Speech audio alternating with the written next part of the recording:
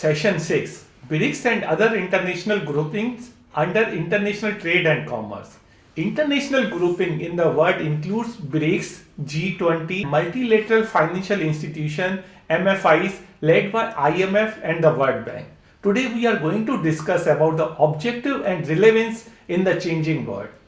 Let us start with the BRICS. BRIC comprises the 5 countries Brazil, Russia, India, China and South Africa. BRIC was established in 2001 with its headquarters at St. Petersburg, Russia. At that time there were 4 countries. In 2010, South Africa was added to make it BRICS. The acronym BRICS was coined by Jim O'Neill, the then chief economist of Goldman Sachs. It was said at that time that the coming together of 5 important emerging superpowers in the world were on their way to reshape the world economy. However, the countries were different, so culturally and socially from different background and heterogeneous. They were coming together. It was perceived as a marketing ploy by the Goldman Sachs. The scale of BRIC is formidable. It collectively represents about 18% of global trade, 23% of GDP, generated 30% of world's growth since 2001, 30% of territory it accounts for, and 40% of foreign currency reserves, and 42% of population collectively they account for. And that is the massive size of BRICS. Objectives of BRIC: the BRICS seeks to deepen, broaden, and intensify cooperation within the grouping and among the individual countries for more sustainable, equitable, and mutually beneficial development, to promote mutual trade and investment and create business-friendly environment in their respective countries, to enhance market access, opportunities, and interlinkages, to strengthen macroeconomic policies and strive for inclusive growth and eradicate poverty across the region, to seek cooperation with non-BRICS countries as well, and to help and assist developing countries to gain advantage in trade and climate change negotiations. The aspiration of each of the member countries was taken into consideration before forming the character of BRICS. For instance, by 2050, the group members hopes to achieve something. China, for instance, aim to achieve manufacturing superpower of the world. Brazil and Russia aim to be dominant superpower of the raw material. South Africa joined the important bloc of emerging economies in December 2010 in line with the country's foreign policy to strengthen South-South relation.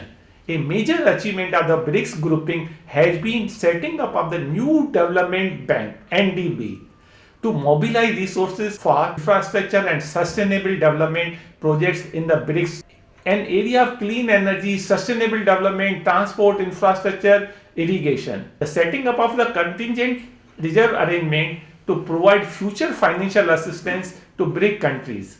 BRIC countries set the global agenda and have a greater say in the global economic affairs. BRICS head of states meet during the annual summit. In 2019, the summit took place in Brazil, and the 12th BRICS summit is held at St. Petersburg in Russia in November 2020. In view of the pandemic, this will be a virtual affair. There is some sort of failure of BRICS, the lack of common understanding of common policy and political action between the BRICS partners. The blatant dominance of China in the group is constantly criticized. The ongoing tussle between India and China regarding demarcation of border is another failure of the BRICS community. The Tibet issue is the bone of contention between China and other countries, with India giving political asylum to Dalai Lama is seen as a threat to China's sovereignty. The fact that BRICS countries have not been able to negotiate and focus on issues like global terrorism and climate change undermine their roles. Without solving bilateral issues, the group won't go far in establishing itself as a major global powerhouse. Future roadmap of BRICS. BRICS have to identify issues of common interest and need to reposition and reorient themselves and get rid of tag of broken BRICS. For BRICS to remain relevant in the next few years, member countries have to take a lot of initiative, get together and start working on the lines of the OECD.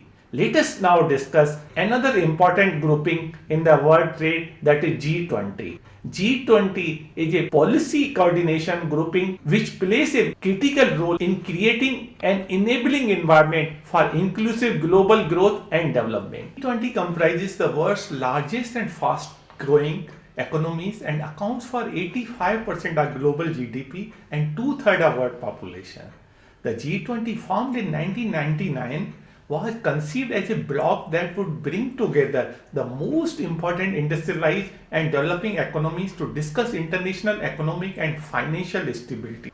The members of G20 are Argentina, Australia, Brazil, Canada, China, the European Union, France, Germany, India, Indonesia, Italy, Japan, Republic of Korea, Mexico, Russia, Saudi Arabia, South Africa, Turkey, United Kingdom, and the United States.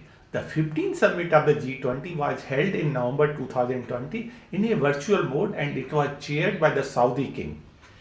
And its theme is Realizing the Opportunity of 21st Century for All. The main objective of G20 are to achieve global economic stability and sustainable growth, promote financial regulation that reduce risk and prevent future financial crises, to help countries to align their domestic policy in order to prevent future crises. There is a mounting expectation of fiscal support, debt reduction to help the global economy to recover from the coronavirus driven issue. The G20 has been active in promoting global cooperation to help countries trade over pandemic. Achievement of G20 has made important progress in reshaping the governance of global finance by implementing macro-prudential policy, increasing lending capacity of IMF. It has played a key role in financial crisis during 2008 by injecting 1.1 trillion US dollar as financial aid into the global economy. Since 2009, G20 leaders have been working together to reform the global financial system. G20 leaders pledged to inject 5 trillion US dollar into the global economy to contain job and income losses in the COVID-19 period. IMF and World Bank, the Bretton Woods Institution, BWI, the International Monetary Fund and the World Bank were created to bring about orderly development of the world economy in the post-World War II era. They were set up at a meeting of 43 countries in Bretton Woods, New Hampshire, US, July 1944. Their aims were to help rebuild the shattered post-war economy and to promote international economic cooperation. Their approaches are complementary. While the IMF focuses on macroeconomic and financial stability issues, the stability of the world monetary system, the World Bank concentrates on long-term economic development and poverty reduction by offering assistance to middle-income and low-income countries. IMF is the largest public lender of funds in the world. It is a specialized agency and is run by 189 member countries. Its membership is open to any country that conducts foreign policy and accepts the organization statutes. Objective of IMF is to foster global monetary cooperation and to facilitate international trade, lending to countries during balance of payment difficulties, technical assistance and training in the area of expertise. The World Bank provides financial and technical assistance to developing countries for their developmental programs such as reducing poverty and improving standard of living. Keynes hoped a new bank could help boost the world economy by expanding the money supply. Instead, the Bretton Woods system gave the US currency the dominant position in the world economy and allowed the US to run a trade deficit without having to devalue its currency. There are mainly two types of loan they granted: investment loan that support economic and social development projects, development policy loans for quick disbursing finance to support country during a crisis. The World Bank and IMF are criticized to be biased, perceived or real, in favor of developed countries. The fact remains that the president of World Bank has always been from the US and the president of IMF has always been from the EU. Though World Bank represents 189 countries, it is run by a number of economically powerful countries. During last 75 years of the existence, IMF and World Bank have made contribution to knowledge and expertise on development and macroeconomic issues. They have been amongst the most relevant and significant norm setter, knowledge holders, and influencer of international development and financial landscape.